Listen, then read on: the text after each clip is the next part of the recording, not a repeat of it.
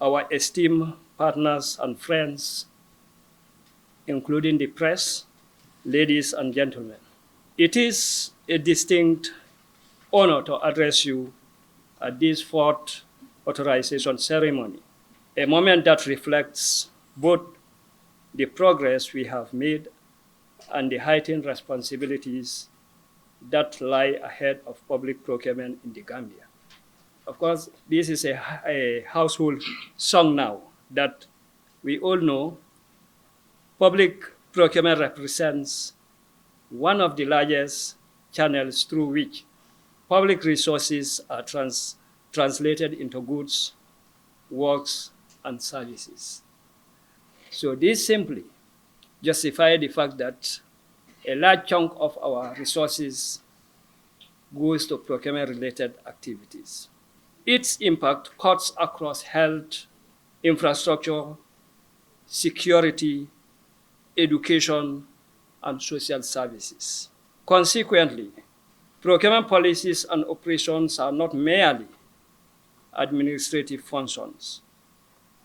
Rather, they are strategic instruments of governance and development. Today, we formally authorize 13 additional procuring organizations, raising the total number of authorized institutions to 57. This milestone has been achieved progressively across 4 phases. Initially 8, then 27, 9, and finally today 13 institutions are respectively authorized. And each of them reflecting internal incremental improvements in institutional capacity, systems, and compliance culture. The current authorization profile is instructive. All major hospitals have been authorized, and 18 out of 22 ministries, including the highest offices of the president and the vice president, are all authorized. They have all successfully met the capacity requirements.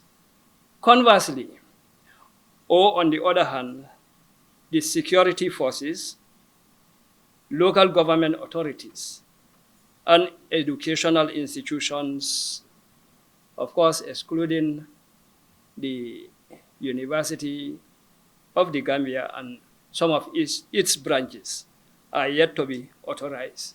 And that this is largely due to gaps in readiness, engagement, or compliance. Criteria to be considered in determining whether an applicant institution should be granted authorization by way of capacity assessment as enshrined in Section 12, subsection 3 of the Act and its attendant regulation. The criteria are as follows. 1, establishment of a contracts committee. The applicant institution must have a duly constituted contract committee established in accordance with the Act and its regulation. The committee should be functional, properly constituted, and mandate to review, approve, and provide oversight over procurement activities. Evidence of regular meetings and documented decisions required. Criteria 2, professional qualification and experience of contracts committee. Members of the contracts committee must possess relevant professional qualification, knowledge, and experience in public procurement, contract management, finance, legal, or any technical field. Their competence ensures informed decision-making and compliance with the procurement laws. Adequate experience enhances the committee's ability to manage procurement risks effectively. Criteria 3, establishment of a specialized procurement unit. The institution must establish a dedicated and well-structured procurement unit responsible for managing the day-to-day procurement activities. The unit should be clearly defined within the organizational structure and operate independently to ensure professionalism and accountability. Its existence demonstrates institutional readiness to handle procurement responsibilities. Criteria for professional qualification and experience of the procurement unit.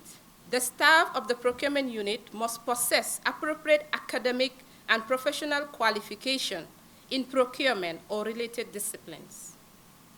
They should have demonstrable experience in public procurement, possess contract administration, and regulatory compliance. This ensures efficiency, accuracy, and adherence to procurement best practices. Criteria 5, volume and frequency of procurement. The institution procurement volume and frequency must justify the need for authorization. Institutions with significant and recurrent procurement activities are better positioned to benefit from dedicated procurement. This criterion assesses whether the institution has sufficient workload to sustain effective procurement operations. Observations of the principles of procurement. The institution must demonstrate consistent adherence to fundamental principles of public procurement, including transparency, fairness, competition, value for money, and accountability.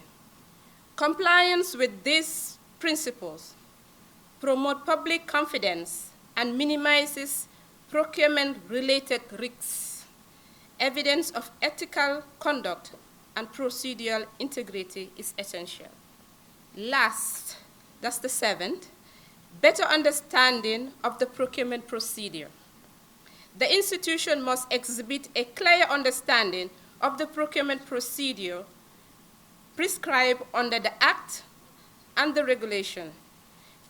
These include knowledge of procurement methods, thresholds, approval processes, and documentation requirements. A strong understanding ensures proper application of procedure without reliance on external approvals. To ascertain the existence of the required structure and relevant capacity or competence at the institutional level to enable procuring organization conduct procurement in accordance with the Act and its attendant regulation, regardless of the value and complexity, without resort to Gppa for prior approval. I thank you all, and I remain Jamila Odun. It's a pleasure to be with you today and to have the opportunity to welcome you to this authorization ceremony. Today we celebrate the authorization of 13 additional procuring organizations, bringing the total number of authorized institutions to 57. I must highlight that some institutions are very hesitant to be authorized. You would have passed this mark, 57 number, but a lot of government institutions are very hesitant to be authorized for fear of the accountability risk factors and sometimes, of course, capacity constraints. But the authority is looking into this with a view to addressing it by the most appropriate channel. The Gambia Public Procurement Authority was established to regulate, monitor, and oversee procurement processes across government. Over the years, Gppa has evolved from a traditional compliance-focused institution into a strategic regulator. Our reforms are centered on 2 transformational priorities. One is to transform traditional compliance procurement into strategic procurement, procurement as a strategic function. And 2 is to transform our manual operations, the current procurement process, into a digitalized system. This is a fundamental change in approach. It is a major change in the way we think and do procurement. The traditional compliance approach equates price, purchase price, with value for money, or purchase price with efficient and effective public service delivery. This is actually not true. This is a misconception, because price cannot equate to value for money. Because the traditional procurement process, which is cost-focused, is a short-termism. It's a short-termist approach. It's reactive to satisfying current operational needs. It is very transactional. The lowest cost approach does not actually necessarily achieve value for money. Even the highest cost may not actually be value for money. The strategic compliance, strategic procurement as a strategic function is for strategic decisions to include procurement transactions, to include purchasing decisions. When procurement decisions become strategic decisions, they support the overall business goal. When procurement decisions become strategic decisions, they support the overall business goal. The overall business goal of any institution is growth and sustainability. But for the public sector, for the public service, for us in government, we have two further priorities, which is to deliver efficient and effective public services that improve lives and well-being of society. At the same time, simultaneously achieve value for money. Public procurement process in the public sector must transcend simplistic cost considerations. It must achieve value for money and impact the lives of society. Now, to do this, we must have a structured approach to procurement, strategic procurement. Firstly, cost optimization. Cost is not the purchase price alone. It is not the initial investment for works project, nor is it the capital outlay for construction projects. Cost must include installation cost, administration and operating cost. It must include maintenance cost, as well as recycling and disposal costs. Recycling cost, disposal cost, when the asset reaches its useful economic life, what are we going to do with it? Recycle it back in some form into the society? Are we considering that? But what about the environmental impact of disposing those assets? The carbon footprint, the impact on climate change. In fact, for some of our procurement projects, construction projects, works projects, even assets that we buy, do we conduct environmental impact assessment? What is the cost on the public through the environment? Ceremony, one that reflects both institutional progress and our collective responsibility to safeguard public resources. Public procurement remains one of the most critical instruments of government policy implementation. A substantial proportion of the national budget, as already alluded by the Director General, is expended annually through procurement activities, whether for infrastructure, health services, public administration, or social development. How these resources are planned, tendered, awarded, and managed directly influences service delivery, economic growth, and public confidence in government. Overall, public procurement management has a great stake in the realization of our national development plan. It is against this backdrop that today's ceremony assumes great significance. With the authorization of 13 additional procuring organizations, the total number of authorized institutions now stands at 57, as earlier indicated by Director General Jaita. Though a great achievement, but it reminds all and sundry of the obvious need for additional capacity on the part of GPPA to subject all authorized institutions to procurement within the stipulated timelines and report to the authorities. At this juncture, I must remind all the 57 authorized institutions that the spirit of the authorization and decentralization is to encourage and promote national competitive bidding or open tender, and nothing less. This creates equal opportunities to all registered economic operators, especially women-owned businesses, to compete and win contracts in a level playing field. The scope of institutions authorized thus far is notable. All public hospitals and 18 ministries, including the Office of the President and the Office of the Vice President, are now operating under delegated procurement authority.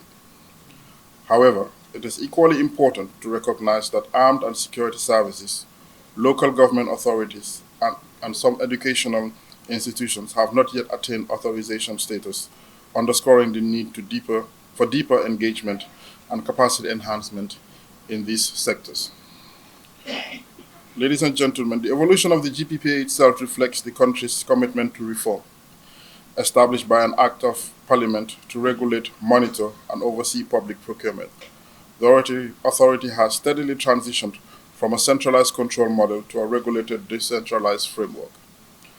This journey has been significantly strengthened with the enactment of the Gppa Act in 2022, which modernizes procurement governance and reinforces accountability. Under the Act, authorization is neither automatic nor permanent. Procuring organizations are required by law to apply as prescribed by the authority, following which the authority conducts a comprehensive capacity assessment within timelines set by the procurement regulations. Only institutions that meet the prescribed standards, i.e. authorization criteria, are authorized for a renewable 2-year period subject to biennial reviews. Where the performance or compliance deteriorates, authorizations may be revoked or rescinded. As part of its work plan, the authority is poised to roll out procurement policies and templates. These instruments will further standardize procurement practice and elevate compliance requirements, presenting new challenges that demand institutional readiness and professionalism. I believe most of us here can attest to the visible improvements in procurement systems and controls over the years in the midst of numerous challenges. These gains must now be consolidated through discipline, leadership, and cooperation. I must thank the GPPA leadership and team for the milestone achievement, including ongoing effort on electronic procurement. On behalf of the Ministry of Finance and Economic Affairs, I congratulate the newly authorized institutions and call on the procuring organizations to fully embrace their responsibilities, for the authorization is not a blank check. Together, we can ensure that public procurement continues to serve as a powerful driver of transparency, value for money, and national development. Today marks a significant step towards enhancing transparency and accountability in our public procurement processes. To those entities that have been given the authorization today, you are among the pace setters. To those of us who are still lagging behind, who have not yet been authorized, the DG has mentioned it in his statement that it can be attributed to lack of capacity, or you're afraid of the risk that it involves. I don't want to name the others, so let me just use his words and stop at that. But I must congratulate those of you who have been bold enough to set the pace and become part of those that we say are being given the authority to act on their own without knocking on the doors of GPPA every time they need to do something. This is because GPPA and the rest of us, the nation, have trust in you to discharge this function with efficiency and integrity. As this authorization is conferred to you, It is crucial to emphasize that this is not a blank check, and I'm re-echoing it because the previous speakers have said this before, and I am adding my voice to this statement that this is not a blanket check. With this authority comes the responsibility to uphold the highest standards of integrity, fairness, and transparency. Public procurement is a crucial area where the interests of citizens and the state converge, and us who are discharging those functions, also we have our interests. So how many interests are converging? More than two. And it is imperative that we manage these processes with utmost care and diligence. We trust that our public entities, especially those that have been given this noble task, will exercise this task with prudence, ensuring that procurement decisions are made in the best interest of the public and in accordance with the established GPPA rules and regulations. You must strive to create an environment where value for money is paramount and where fairness and competition are the guiding principles. I have heard the DG say value for money does not mean the cheapest.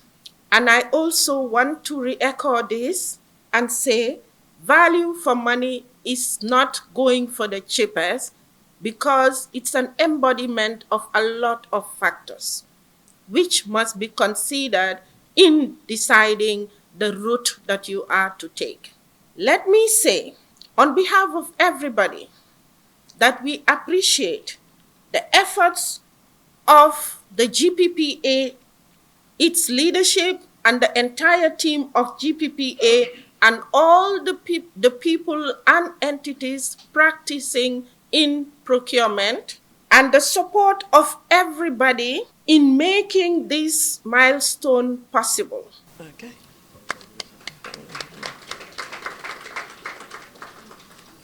University of Education.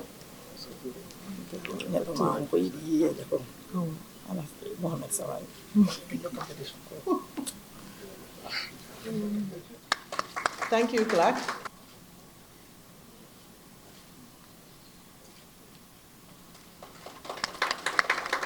Gambia Bureau of Statistics.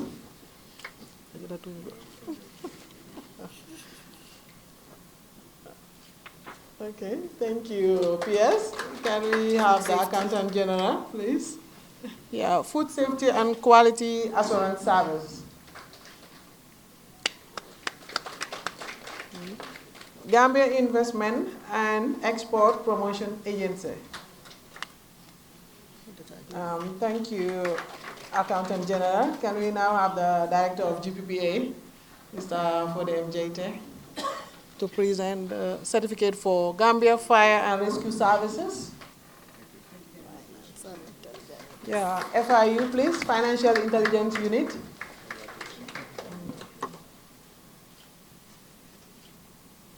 Thank you, DG. Can we have Mrs. Ndumbe Drame representing the CADA?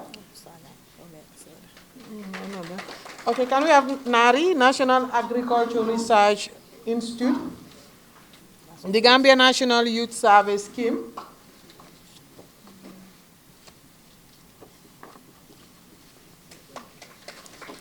Okay, thank you. Let's have National Human Rights Commission.